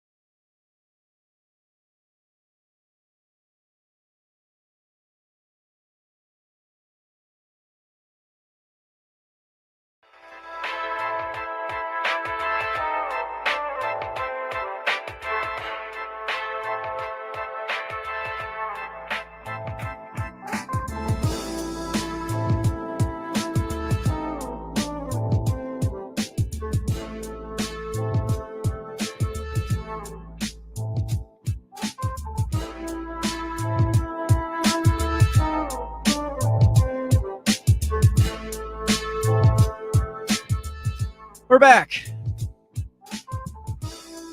We're not going to talk about Iran, though. Yeah, we decided to switch to Brazil. Just What is kidding. going on in Brazil? Oh, it's getting crazy down there. You sent me. You're like, look this up, and I looked it up, and then I couldn't find like shit on it. Yeah. So Yeah. Well, apparently, the Supreme Court has taken over basically the country, and so they're censoring all outdoor, kind of like Korea style, all social media. So they demanded Elon Musk show up and give all data information. All I could find was Elon Musk. That's all I could find. But you know who's behind this Supreme Court takeover is our good old friends, the NED. Oh, okay. And the Atlantic Council. Oh, perfect. Which the Atlantic Council, I guess, is an offshoot of the NED. Sounds like Brazil. Is Brazil? Yeah. Brazil needs our freedom. Yeah. They need our freedom. Yeah. So let's get into this shit. All right. We really are going to talk about Iran. Let's talk about Iran next week. No, now, seriously. jumping across the pond to the Holy Land, obviously. Yes. Israel was attacked again. Mhm. This time by Iran, because Israel cannot catch a break. Right. Like Israel just wants to live peacefully there, and all these countries keep attacking Israel. Iran launched according to this is NBC News, Iran launches a retaliatory attack on Israel that risks sparking a regional war. The key word there, retaliatory. Mm-hmm. Like we got to remember that. Yeah. Before I get into this article, I want to read or show some of these Twitter posts that popped up in regards to this. Because people are fucking crazy. I don't know if you are aware of this. People are just crazy. No, they Like are. this is from Shivam. What is that? Shivam. A Just a guy? person, yeah. Oh, okay. It says, Sounds like a be company. ready if you attacked me first. And it shows the lion with Israeli flags. Now, That sounds like an American thing that people who didn't want to wear masks would do. right. Be ready if you attacked me first with a frowny face. Yeah. The frowny emoji or the angry emoji. I like Don't that. forget that. Now, one thing Shivam fails to mention is the retaliatory word. Right. So this whole be ready if you attack me first doesn't really apply if they didn't attack you first. Right. Here's the next one. From Mikhail says Israel has to respond decisively. Iranian terrorists can't be allowed to disrupt Middle East peace. We now and that's always implying we've had Middle East peace. now and always we stand with the people of Israel. There's a little banner underneath. Yeah. Now again, these Iranian terrorists, which I'm not saying like Hezbollah is not terrorists. I'm not. No, I don't fucking know. Now, to say that they are the ones disrupting Middle East peace when they commit a retaliatory attack seems almost as odd as saying that the ship prematurely saying the ship was not a terrorist attack. Right. To come out and say these people can't be allowed to disrupt Middle East peace. It's like, again, you're missing that whole key word there. The key word, retaliatory. Yeah. Here's the last one. It's a picture of Biden, and it says, my administration stands behind Israel just as long as they don't fight back, defend themselves, or protect their borders. I should say, as long as they don't like genocide small children. I was going to say that's funny because I've seen memes like that from the other side, right? That claim that he supports the genocide. Yeah, so. Right, exactly. Just as long as they don't genocide children, as long as they don't shoot first, as long, Right. fight back again. Yeah, it's not fighting back when it's retaliatory. Right. It's not. I don't know. I'm sure there's guilty parties on all sides, but it's not. What we can't say this, obviously. It's not like Israel's just sitting there and they're like, guys, can't we just live in peace? And they're like, boom, boom, boom. It's like, oh shit, we got to attack you back. No, Right. it's like it's been a back and forth thing for forever, for eternity. Yeah. And if for some reason you're not allowed to say that though. Like your own. Obviously there is a reason. But you're not allowed to say that. You're not allowed to say the words genocide in relationship to Israel because you'll get the what's the chick's name that got fired from Gina Carano? No, got fired from what's his name show? The Jew Guys podcast. Oh. Candace Owen. Yeah, Candace Owen, yeah. You're not allowed to even utter the word genocide in Israel in the same breath. Jew guy. I don't know. I can't. Shapiro, Ben Shapiro. There you go. That's all I can think of. Gonna get canceled just for calling him the Jew guy. But people are freaking crazy. You see these posts on Twitter, and people are crazy. And it makes I feel like a lot of the posts are probably like bots and stuff because you see like a bunch like the pro-Israel ones and a bunch of pro-Hezbollah ones. And there's one that keeps going like cycling. It's basically the same thing. It's like if you support Iran and retweet if you it's like if you support Israel and retweet if you support Iran. It's like that seems like you're baiting somebody to go against. Yeah, right. Because if you like something, it's not necessarily going to pop up on everybody's feed. But if you retweet it, then everybody knows Yeah, that you right. support Iran, Right, and you yeah. get a freaking target on your back. Yeah. It seems like a bait. That's funny. So, Iran launches retaliatory attack on Israel that risks sparking a regional war. Again, this is NBC. It says Iran launched a retaliatory attack. They make sure to point that out a couple times against Israel Saturday that risks sparking a regional conflict involving U.S. military forces. Why? Why are we involved in this? We're always involved.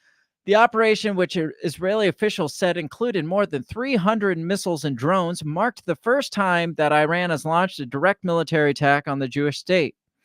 Of some 30 cruise missiles launched towards Israel, 25 were intercepted by Israeli fighter jets, and none managed to enter the country. Sounds like a brutal attack, doesn't it? Right.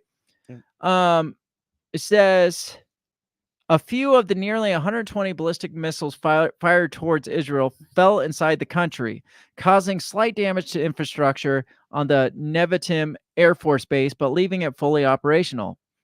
The assault severely injured a 10-year-old girl, but otherwise caused no casualties. Apparently, she got hit by shrapnel when one of them blew up in the sky. Gotcha.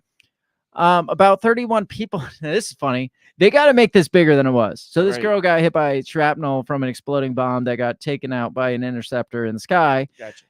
31 people were treated for anxiety or injuries they sustained while heading to a protected area. So they Which means they got tripped and Tripped, fell yeah, or pushed or stepped or on. ran into a wall. Yeah. Or something of that sort. They had to report. When have you ever seen them report on the number of people that got injured while running away? Yeah. Right. According to Israel's first responder service. Defense Secretary Lloyd Austin said in a statement late Saturday that the U.S. military shot down dozens of missiles and drones en route to Israel from Iran, Iraq, The U.S. Syria, and military Yemen. did, not Iran. U.S. military. The U.S. military shot down, not Israel. Well, Israel's Iron Dome caught some of them, but the U.S. military helped. Took care of the rest. Britain helped. France helped. A bunch of different countries helped, apparently. But they were en route to Israel from Iran, Iraq, Syria, and Yemen, calling Iran's assault unprecedented. This is Lloyd Austin still. We condemn these reckless and unprecedented attacks by Iran and its proxies, and we will call on Iran to immediately halt any further attacks, including from its proxy forces, and to de-escalate tensions, Austin said in a statement. We do not seek conflict with Iran, but we will not hesitate to act to protect our forces and support the defense of Israel. Iran's UN mission issued a statement on X saying that Iran's military action was in response to Israel's attack on an Iranian diplomatic facility in Syria, an apparent reference to the April 1st bombing of an Iranian consular building in Damascus that killed 2 generals and 5 officers in the Iranian Revolutionary Guard Corps. Which we don't remember hearing about. No, not at all. Yeah. Not one word about it. So I figured we might as well learn about that. So this is back on April 2nd. NBC News again apparently reported on it. Oh, okay. But it was on April 2nd. Yes. No, I hadn't heard of it. Had you heard of it? No. Iran vows retaliation on Israel after commander's death, raising fears of war. What did we talk about that night? I don't. April 1st. Or no, we didn't do a show that day. Probably didn't do on that day. Iran vows retaliation on Israel after commander's death, raising fears of war spiraling. Now, before we even get into this, Iran vowed retaliation. It says right there. It would be wrong for them to not hold their word. They'd be liars. They'd be liars, yes. And we don't condone lying here. Mondays, so this was on April 2nd. This article came out April 2nd. So Monday, whatever, would that have been April 1st? Tuesday. Monday would have been April 1st, okay. Yes. So the day before. Monday's airstrike on the Syrian capital is reverberating across the Middle East, raising fear that a war between Israel and Hamas could flare into wider conflict. On Tuesday, Iran vowed retaliation. Now, they didn't just say it, they vowed it. Yes. They vowed it. That means it's going to happen. For the suspected Israeli attack on its embassy compound in Damascus that killed 2 of the country's top commanders. The attack also killed 5 advisors in the Islamic Revolutionary Guard Corps, Iran's immensely powerful military and political organization. Among those killed were Brigadier General Mohammad Reza Zahidi, a senior commander in the Quds Force. I don't know. The IRGC's elite foreign espionage group, the IRGC, said Zahidi was a key figure in coordinating the so-called Axis of Resistance, the anti-Israel, anti-West network of Iran-backed groups that operate with militants across the Arab world. He is the most senior Iranian official to be killed since General Qasem Soleimani was targeted by American airstrike back in 2020. While much of the international attention has been focused on another Israeli strike that killed 7 aid workers in Gaza, the Damascus bombing risks pushing arch enemies Iran and Israel into direct confrontation, according to Sanam Vakil, director of the Middle East and North Africa program at Chatham House, a London-based think tank.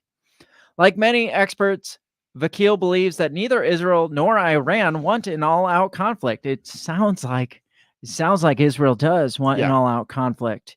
It sounds very much like they do. And I cannot find why they chose to attack this, aside from them hunting down like terrorist groups and terrorist cells and stuff. It sounds like they're like, we're gonna just blow this place up because there's probably terrorists there. They were probably on a George Bush kick, like if you're not with us, you're against us, and we're gonna get you and you and you. And then but does that sound like Israel does not want an all-out conflict? No, though? it sounds like they're gunning for one. Israel is probably judging that the best way to avoid this, she said, is to meet. What is that word? Mete out targeted attacks. I've never used that word before. Against Iranian proxies to create deterrence across all of its borders. This is a clear escalation, and it could provoke something wider, she said. But Israel is banking on Iran and its proxies continuing to react cautiously to its aggression. Iran is like, fuck that shit. Yeah. Israel is not. They probably read that and were like, fuck that shit. Right. Israel has not commented on the attack, but it has previously acknowledged targeting Iranian forces in Syria, where they are deployed to support President Bashar al-Assad in an ongoing conflict against patchwork of rebel groups. Let's scroll down. It says Iran's reaction has been purely rhetorical so far until yesterday. Yeah. This cowardly crime will not go unanswered, President Ibrahim Raisi said in a statement. According to the country's state-run media, Israel must know that it will never achieve its goals. Iran reserves the right to take countermeasures against the attack and will make a decision as to how to punish the aggressor. We will reciprocate when we want. Now, knowing that this happened, knowing that it's not saying that Israel was attacking them in response to a kill, like it reciprocating or anything like that. Right. Just they were hunting down Syrian, right, or like aggressors in Syrian, blah blah blah. Knowing that, and then Iran's like, you know what? We're coming for you. Yeah. We're not going to say when. We're not going to say how, but we're coming for you. And then yesterday happens, and they're like, dude, this is unprecedented. Like, why did this why would this happen? It's like, well, they told you it was going to happen. Yeah. They told you that we're going to retaliate. And you even say in all your articles, it's a retaliatory response. Yeah. So for all these people like on Twitter and all these like other like pro-Israel people that are just like, God, why is everybody attack Israel? It's just like, it's retaliatory. Yes, they do say all the time that they are going to take out all of Israel, but they have yet to do it. Right. And you're like, you know what? Let's just blow up the generals and see what happens. Yeah. See what happens. We're banking on the fact that they're just going to be cautious with this and probably not do anything. Says, goes on to say the United States is Israel's biggest military funder and supplier and did not know about the strike in Syria, supposedly, and was not involved in any way, supposedly, according to NBC News. 2 other U.S. officials said the administration was told about the operation while Israeli planes were in air, but didn't know what the target was. Yet the international focus has been on the war in Gaza, where Israel is fighting to uproot the militant group Hamas. But Israel is arguably more concerned about Hezbollah, the militant group and political party in Lebanon. Both Hamas and Hezbollah are backed by Iran and form part of the axis of resistance. That sounds so stupid. That's just stupid. Alongside the Houthis in Yemen and powerful militias in Iraq. We don't need to read much more on this. We see that Israel is going against probably the Iranians because they're backing Hezbollah and backing Hamas and stuff. And they're just like, you know what? We're just going to stick it to them and blow up a couple of the generals. And the general, it sounds like, is kind of like a liaison to Hamas and Hezbollah. Probably, yeah. Well, he didn't say that general was the one that came up with the whole axis of resistance, which I feel like that's something. He needs a task force for a better name. I feel like the Americans came up with that. Iran said the attack struck the embassy's compound consular section, which typically provides support to nationals living in the country. Israel has disputed it, saying that their intelligence suggests that there were no civilians, but only the Quds Force military headquarters in disguise. Of course they said that. Anyway, so that happened earlier this month. And then today, Iran's like, let's shoot like 300 missiles and drones at you guys. Yeah. Hardly any of them landed. Like you saw, like maybe 4 or 5 got into took Israel. Care of like 95% of them. Like we didn't hear about any of this because we were too focused on the genocide or whatever in Gaza. Right. But Iran did come out and say they do reserve the right to attack, and so they definitely did. So this is what I find interesting, because now Iranians are a bunch of terrorists for this, of course, for retaliatory attack. So a few months ago, Palestine attacked Israel, right? Yeah. And the following genocide or response was seemingly justified in the media for the most part. Then Israel attacks Iran, but their retaliation, which is admittedly much less harmful than what Israel did to Palestine, is justification for World War III. It's like, oh, we need to go to war now. Right. They attacked us in response to what we did to them. Now we need to go to fucking World War III. Makes perfect sense. Yeah. What were you going to say? You sound like you had something. No, yeah. Did you hear John Bolton came out and said this is the perfect opportunity for Israel to destroy the Iranian nuclear program? Of course. I mean, obviously, it's like, it's like, go do our dirty work for us. They've got WMDs there. Yeah. We need to go get their WMDs. Now, another interesting fact, you brought it up early on, is that Iran, at least Iran says, and some other countries say, that it gave plenty of warning about attacking Israel. Technically, it said 2 weeks ago they were going to do a retaliatory. Well, yeah, I mean, but they said, hey, we're doing this just to let you know we're doing this. This is from Reuters. It says Iran says it gave warning before attacking Israel, but U.S. says that's not true. Now, what's interesting here is the relationship between the U.S. and Netanyahu right now. I could see them being like, hey, we're about to attack Israel, and then being like, let's just see how this plays out, you know? Right. Yeah, right. You know? Yeah. Just sit on this one. Yeah. Right. Oops. Oh yeah, we lost that. We forgot to forgot to tell you. BB, we thought we transmitted that to you. It's received. I don't know. This says Turkish, Jordanian, and Iraqi officials said on Sunday that Iran gave wide notice days before its drone and missile attack on Israel, but U.S. officials say that Tehran did not warn Washington and that it was aiming to cause significant damage. Iran launched hundreds of drones and missiles on Saturday in a retaliatory strike after a suspected Israeli strike on its embassy compound in Syria. Most of the drones and missiles were down before reaching Israeli territory, though a young girl was critically injured. There were widespread concerns of further escalation. And people had anxiety and tripped and fell on the way to the bunker. Iranian Foreign Minister Hossein Abramadalian said Sunday that Iran gave neighboring countries and Israel's allies, the United States, 72 hours notice that it would launch the strikes. Turkey's foreign ministry said it had spoken both to Washington and Tehran before the attack, adding it had conveyed messages as an intermediary to be sure reactions were proportionate. So not only is Iran saying, hey, we warned you, Turkey's like, we know they warned you because we relayed the message to you, just in case you didn't get the memo from them. Yeah. It says Iran said the reaction would be a response to Israel's attack on the embassy in Damascus, and it would not go beyond this. We were aware of the possibilities. The developments were not a surprise, said a Turkish diplomatic source. One senior official in U.S.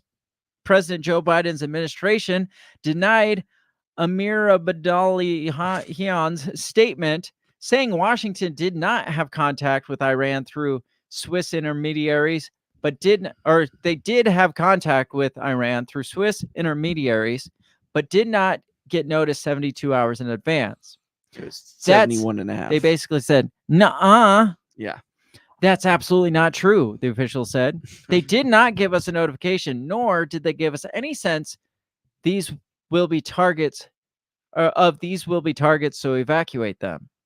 Tehran sent the United States a message only after the strikes began, and the intent was to be highly destructive, said the official, adding that Iran's claim of widespread warning may be an attempt to compensate for the lack of any major damage from the attack. We received a message from the Iranians as this was ongoing through the Swiss. This was basically suggesting that they were finished after this, but it was still an ongoing attack. So that was their message to us, said the U.S. official. Iraqi, Turkish, and Jordanian officials each said Iran had provided early warning of the attack last week, including some details. The attack with drones, cruise missiles, and ballistic missiles risked causing major casualties and escalating the conflict. So Iran, all these other allies of Iran were like, yeah, we even told you. Yeah, the Swiss told you. Yeah, we were... And the U.S. is like, no, we didn't get the memo. We never heard it until it was already in place. Calling bullshit. I feel like they were sitting back on it to see. Yeah. And we don't like BB. Yeah. Maybe we'll see if this plays out. Let's just see how they handle this. Yeah. Even though the U.S. was part of like countering it. Right. But let's see how this plays out. So now, obviously, Israel's pissed. Israel's going to have a revenge attack, obviously, because that's what we do. We just go back and forth playing this revenge game. Now, did Israel come out and say there's going to be a retaliatory? Oh, yeah. Okay. Oh, yeah, it's going to be big. Yeah. Derek says, can you imagine if every time a military was going to attack a target or move troops, they had to give 3 days notice? Yeah, that's what always is interesting to me when Iran's like, yeah, we told you this was going to happen. We told you that, and they're like, no, you didn't. This is an atrocity. It's just like, I didn't realize we had to give advance notice of attacking. I thought that was the whole point of attacking. Right. Yeah. Right. Be like, hey, just to let you know, we're going to send troops over here, and we're gonna try to take out like 100 people. Nothing big. Yeah, just keep but it's gonna be like between 7 and 10 in this morning. Yeah, exactly. It's like giving away your playbook. Like it's weird to me. So Israel is, yes, in fact, warning that they do have a retaliation at play, and then Iran in response says, "Go ahead, and we will not release 300 missiles or 150 missiles. We'll release 1,500 more missiles that we have ready for you. So go ahead and plan out your revenge, because we got something. We've got a package for you too." Fire and Fury says Israel warns of an imminent revenge strike, and Iran vows to unleash 1,500 missiles, risking all-out war in the Middle East. I feel like we're already at all-out war. Right. It says Israel's response to Iran's drone and missile barrage may be imminent, says an Israeli official. Such a revenge, according to this guy, this Israeli official, such revenge will be coordinated with the Americans. So they're going to schedule it with us too? They're working with us, this guy says. It's coordinated with Americans, and it's going to be, it's imminent. So Beth is asking, what did they do? They shot 30 cruise missiles. That's an old Your comment. comments jumped up. Okay, I was like, it all jumped. She up. didn't hear us. I was like, really? Still? Derek says they should have to put an ad on the eclipse countdown billboard. I agree. Yes. They should do that. That would be awesome. Says the threat comes despite the U.S. vowing not to support Israel in a retaliatory strike against Iran. So Israel official says we're coordinating with the U.S. And the U.S. is saying no. And the U.S. is saying we're not part of this. Don't do this. Other world leaders also have urged restraint. Speaking after Israel's war cabinet meeting Monday, the spokesperson said Israel officials believe it's important any return attacks closely follow Iran's Sunday night bombardment. So they're like, we need to do this now. Yes. We need to strike. We need to strike now. Right. Several diplomatic and military options were examined during the cabinet meeting. They said, adding that any response will be coordinated with the Americans. And the Americans will sit back and say, we never got notice of this.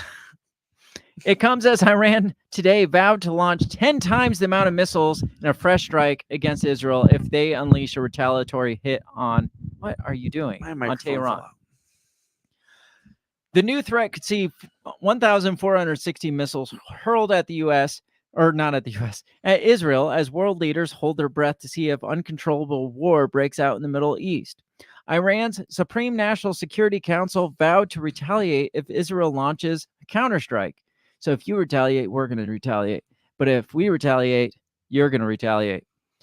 The council issued a chilling warning and said that if the Zionist regime persists in its evil actions against Iran, by any means and to any extent, it will face a response at least tenfold greater and of similar nature. So you're talking an attack could see over 3,300 weapons launched at Israel, including more than 1,400 missiles. So Iran says they're ready. They're packed and loaded. Yeah. They're locked and loaded. They're like, come at me, bitch. Yeah. You thought that was nothing. That was just our warning shot. Right. Come at me, bitch. Do you believe Iran? Do you think they got all that pointed at them right now? Or you think it's just their poker face? I don't think it's just them. I mean, when you think about it, yeah, you got like Iraq and Right. Syria, and you got all their allies around them too. So I would Right. say it would be not just them. It would be from But all you of think them.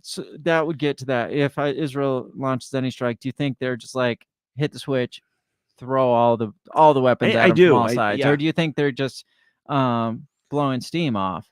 No, I think that they're getting ready for this. I think they're ready to do the throwdown with Israel. I do. Says Israeli President Isaac Herzog described the ambush as a declaration of war, and the UN has since warned the Middle East is on the brink.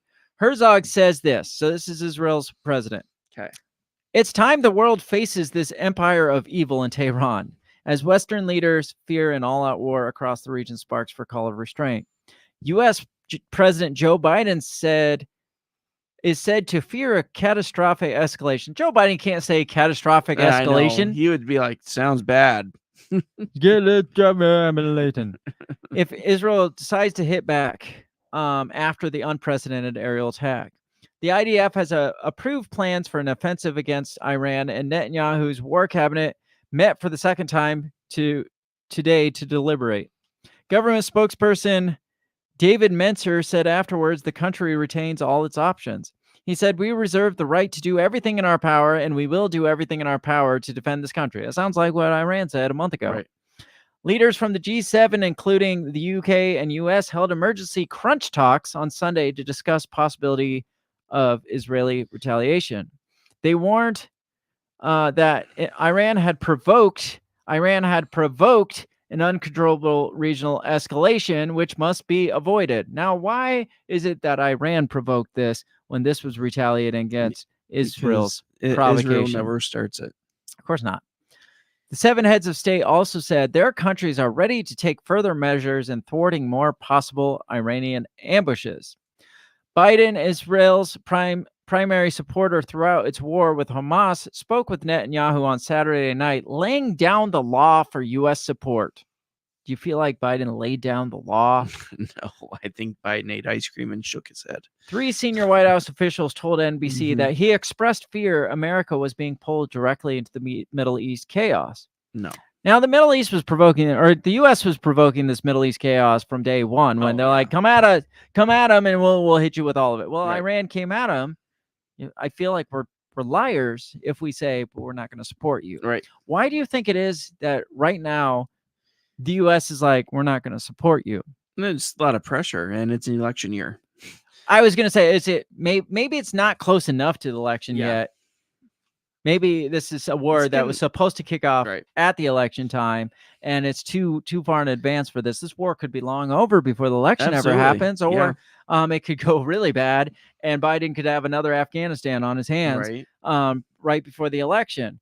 Now, I feel like the U.S. is playing a really weird game with this whole thing, with this whole situation in Israel, because we're the strong, and we've talked about this probably maybe 5-6 months ago. It's like U.S. It seems like they strongly support Israel, but they have no support for Netanyahu. They fucking hate Netanyahu. Right. He's come back as full-blown nationalist since he's come back, and we don't like nationalists around here, even though Israel's always been a nationalist nation. Always. The left side does not like him. The right side does like him. Do they still? Yes, they're like, yes, go get those Islamic fascist people. But Biden in particular, Biden's regime does not. They're like trying to play him both at all. sides. Well, yeah, they're trying to play. We got to be nice to the. We got to make good on the Jewish people and their plight, but we can't just. We have to pay attention to the Palestinians and their plight. So we got to try to keep a measured response here. I think it's really strange though that we are so like heavy-handed against Iran. If they did this, then this, especially Lindsey Graham, and then Iran does it in response, obviously, and we're like, we don't got your back. Do you really think we don't have their back, or do you think? Oh no, we have their back. You think so? Yeah. We just don't have. We don't want to. We'll wait for Bibi to get assassinated first, and then we'll have their back. Well, yeah, right. Derek says the drones took 3 hours to get there. We know they launched them. How is that an ambush? He also said they changed the definition of ambush like they did vaccine. Yeah, right. It's fair enough. Now, this is the last thing I really want to get into with this. This came out, back in March 14th. Pi Day. Oh, yeah. Chuck Schumer called for a new government and course corrections by Israel. Does that sound very like NED Ukraine-esque type? Now listen to the things that Chuck Schumer said. Okay. And this is like, he's saying the things that we're not supposed to say out loud, that the NED tries to not say out loud. Like we're just like really pushing for regime change. Yeah, right. Like they do it, but they're like, oh, we're just like, the NED is like, oh, we're just here for peace and to like help the people and bring in democracy and stuff. And he's like, no, we just need to force our hand here. Now, listen to this. This is crazy talk, especially against Israel. This is what blows my mind, that this would be against Israel. And I felt the weird. Well, especially Schumer. Remember, well, he's the highest ranking Jewish person to ever hold an office. And in New York. Yeah, and New York. But back 5 or 6 months ago when we were talking about this, I was like, there's this weird shift going on with us in Israel, with us and Netanyahu in particular. And I missed this quote from Chuck Schumer until today when I was looking up this stuff. It says Senate Majority Leader Chuck Schumer is calling for new elections in Israel. Why is it that we can just sit here and be like, you guys need new elections? Yeah, right. Because of democracy. Yeah, right. Yeah. They elected him, and you're like, you guys need to do it. Go back and do it again. You didn't do it right. You didn't do it right. Let's do it again.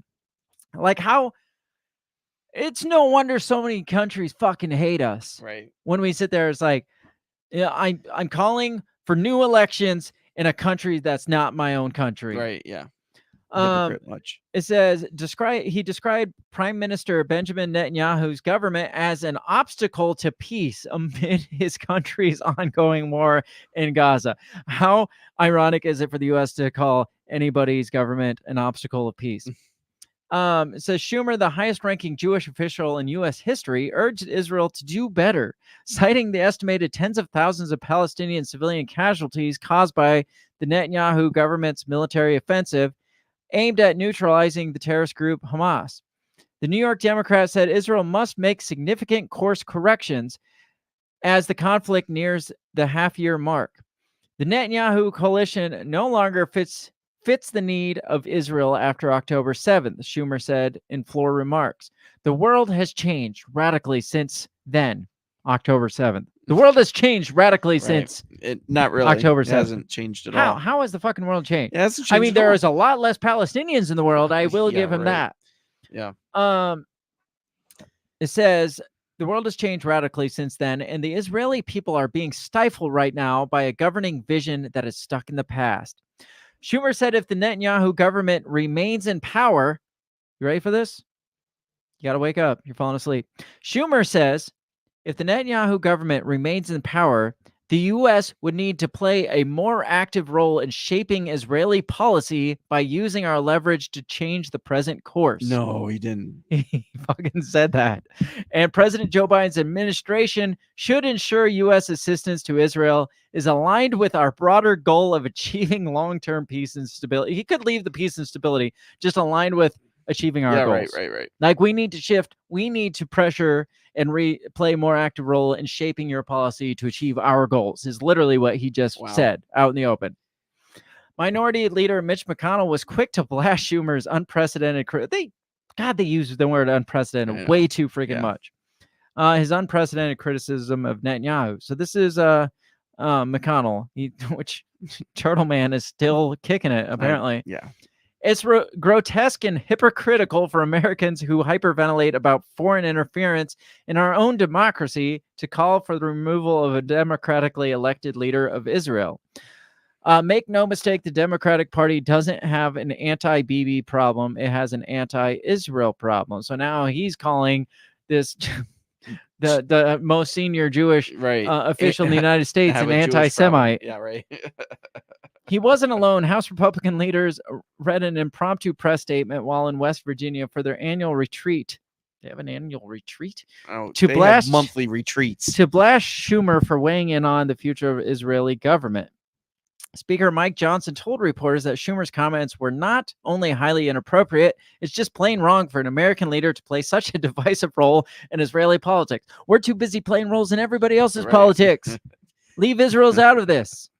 We like that guy.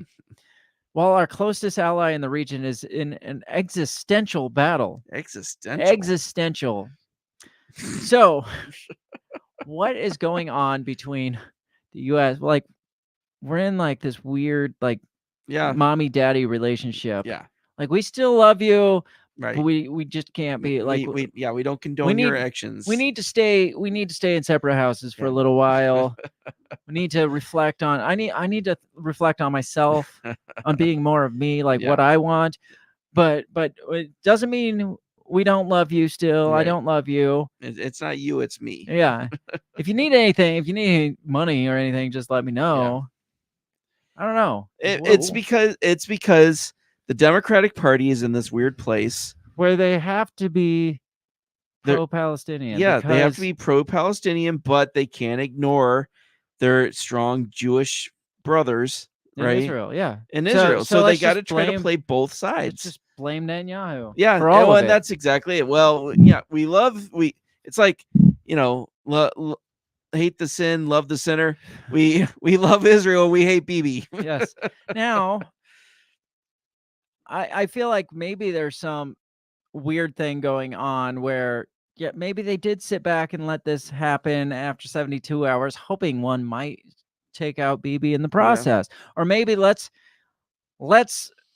push them to the war that they're on the brink of, because I mean, like I said, Lindsey Graham literally said it, and then push them into this war, and then just kind of leave them to their devices and make Bibi look like a failure, and then get maybe kind of pull like what we did in Ukraine. It's like make this whole, like, shake this thing up where they turn on Netanyahu. It's like you're the one that got us into this shit, and then the NED goes in. It's like, did you see what he did? He got you into this war. You guys haven't been at war with Iran ever.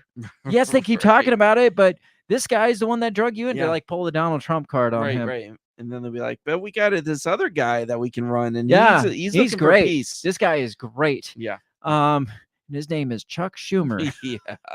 He's one of yours. Yeah. I don't know. I feel like there's a game being played. There is, for sure. And it's crazy that we're trying to play it against Israel. Yeah, and I because I think this is the most divisive we've been towards Israel. Yes. Since I can remember. Right. Where we're like, you guys just need to chill. Apparently, Biden got mad at. Well, there's the Biden-Obama thing with Israel kind of goes way back because remember Obama was the one that was pushing the two-state solution. Yeah. And Biden went over there, and before he got there, Netanyahu at the time was like, "Fuck it, build like 80,000 more apartments before he gets there." And then Biden gets there, he's like, "Oh." And apparently, I just read this. Apparently, Biden showed up an hour and a half late to a dinner with him to stick it to him. Yeah, He probably shit his pants, and They had to go clean him up. Yeah, but I remember, I think the Republicans had invited Bibi to speak at the House or something like that against Obama because Obama and him were like not in a good place.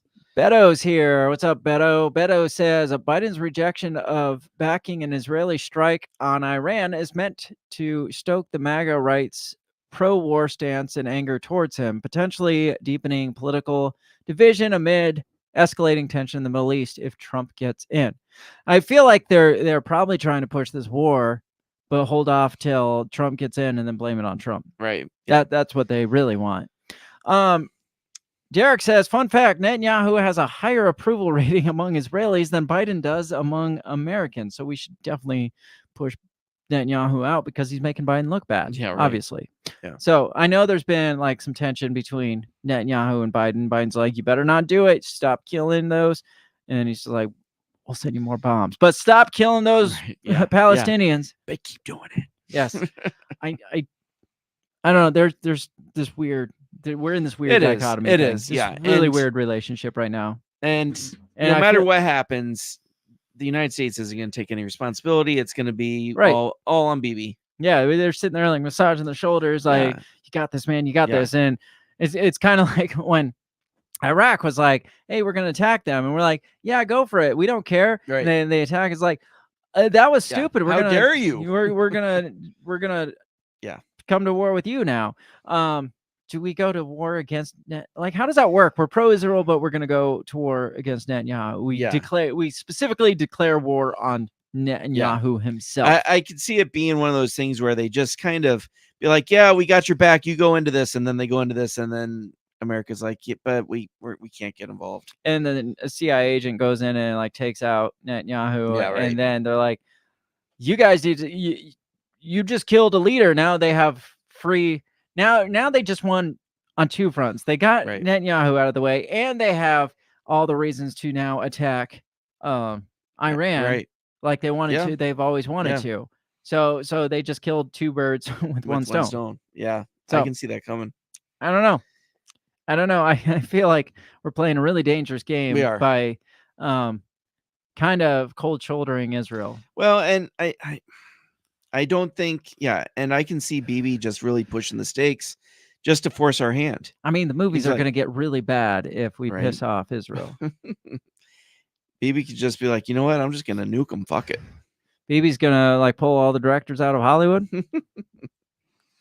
All the music execs out. He's just going to pull them all out. And we're just going to have shitty music that we have and shitty movies that we already have. Yeah. So, and they're gonna leave like P. Diddy here. Yes.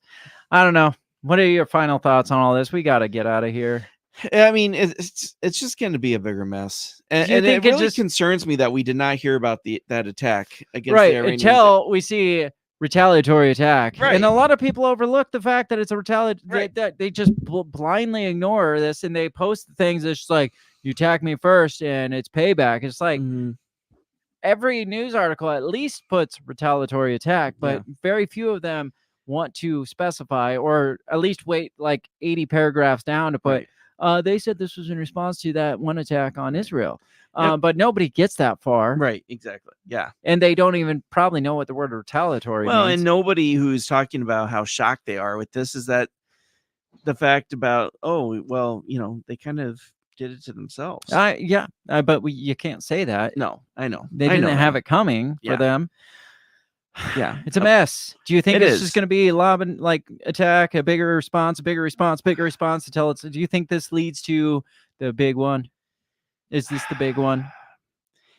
If it is, it'll be because Israel decides to make it the big one. Yes. It won't be Iran. Iran doesn't want it. So Right. Iran is just doing, I think, what they feel like they have to kind of keep up like tension. Well, But- Iran has to, because otherwise everything they've said Oh, for yeah. the last 100 years Right. is for nothing. Yeah. But I feel like Israel would be the one be like, you know what? Fuck it. Let's just take them out. Right. And then America would be like, America, who was the senator or whoever that's like, this is our chance to go in and take out yeah, the nukes. John Bolton. John yeah. Bolton, yes. It's just freaking, Yeah. like, obviously don't let a good crisis go to waste. Obviously. Yeah, oh, no. This is our chance definitely to go not. take out the Yeah. nukes that we've always wanted to take out. That we gave them money for in the first place. Right. Yeah, exactly. I don't know. Derek still has May 18th as saved on his bingo card for the start of World War III. It's funny you should say that, Derek, because I had someone tell me they thought May 19th was the big day. like, based on what? Like, why that specific day? Did Just they say? build up intentions, and apparently it's Is there numerology in there? 40 days after There is the eclipse. numerology. There is numerology in there. I knew it. Yeah. The number 1 and 8, they play nice together. They're very Yes. One is coexistent. rising and one is Yes. I don't know the term. I don't know either. Who knows? Yeah. Didn't I predict April? I think I predicted I April. thought you said August. Was it August? Maybe Yeah, maybe I don't remember. We'll have to Yeah. go back and listen. Yeah. I don't remember what I said. I did say it was this year though. You Yeah. said like 2027 or Yeah, something like that. 2027, 2026. Maybe I said August just because it was that close to Yeah. the election. I don't That could remember. be. But April, this may be it. Yeah. But they keep telling us. My sister had Beth Mason said that she said it was May 19th. Oh, damn it, Bill. Yeah. I had a friend. I have this friend once. So we got May 18th. We've got May 19th. Yes. Mark it on your calendar. Get ready for the big Look, one. I will send whichever. If one of you is right, I will send you guys. I predicted the start of World War III T-shirt. How are you for going to free. get it to him? I will send it snail mail. I will walk it there somehow. I will get it to you. I'll Okay. send it on a You're freaking gonna be bomb. like the postman, Kevin Costner. Yes, I will get it to you. I promise. You will get a T-shirt if World War III kicks off on May 18th. Derek and Beth will get a T-shirt if it kicks off May 19th. Okay. It's locked in. So, Okay. I'm I'm excited. I'm excited. excited too. Hopefully they don't let us down this time. Yeah. because they've We're been counting saying on you guys. they've been saying so many times that this is the start of World War III, and we Yeah. keep getting all this big I know. letdown. The- The eclipse was let down. The eclipse was huge. The Ukrainian war hasn't kicked off anything. No. I thought Russia let's- was going to start it. They gave up on Russia. They're like, let's try Iran. Iran might be Right. unstable enough to start Yeah. this. Yeah. We'll see, though. We will see. Don't let us down, Fingers world. crossed. Don't let us down, NED. We need this. Yes. Make sure you check us out all over social media. Our wonderful positive commentary on all this crazy shit that's going on in the world. You can find us at our handles all over the social medias at Break the Bell Pod. Drop a comment. Comment section on this YouTube video is always open. So make sure you share. I mean, if you want in on the lottery of Yeah. Shoot us the day you think. 18th and 19th of May are both taken, Yeah. so don't take that. I only have one T-shirt to give. Yeah. I have no T-shirts to give, but I will only Well, make yeah. one of them. It is going to be a unique, one of a kind. Only you have it. So May 18th and May 19th is taken. Leave a comment on what day you think, and if World War III kicks off that day, I will get you the one of a kind. I predicted World War III T-shirt. Let's see. Final comments. Derek says, wave a white flag when you approach. I wouldn't want to shoot first and ask questions later.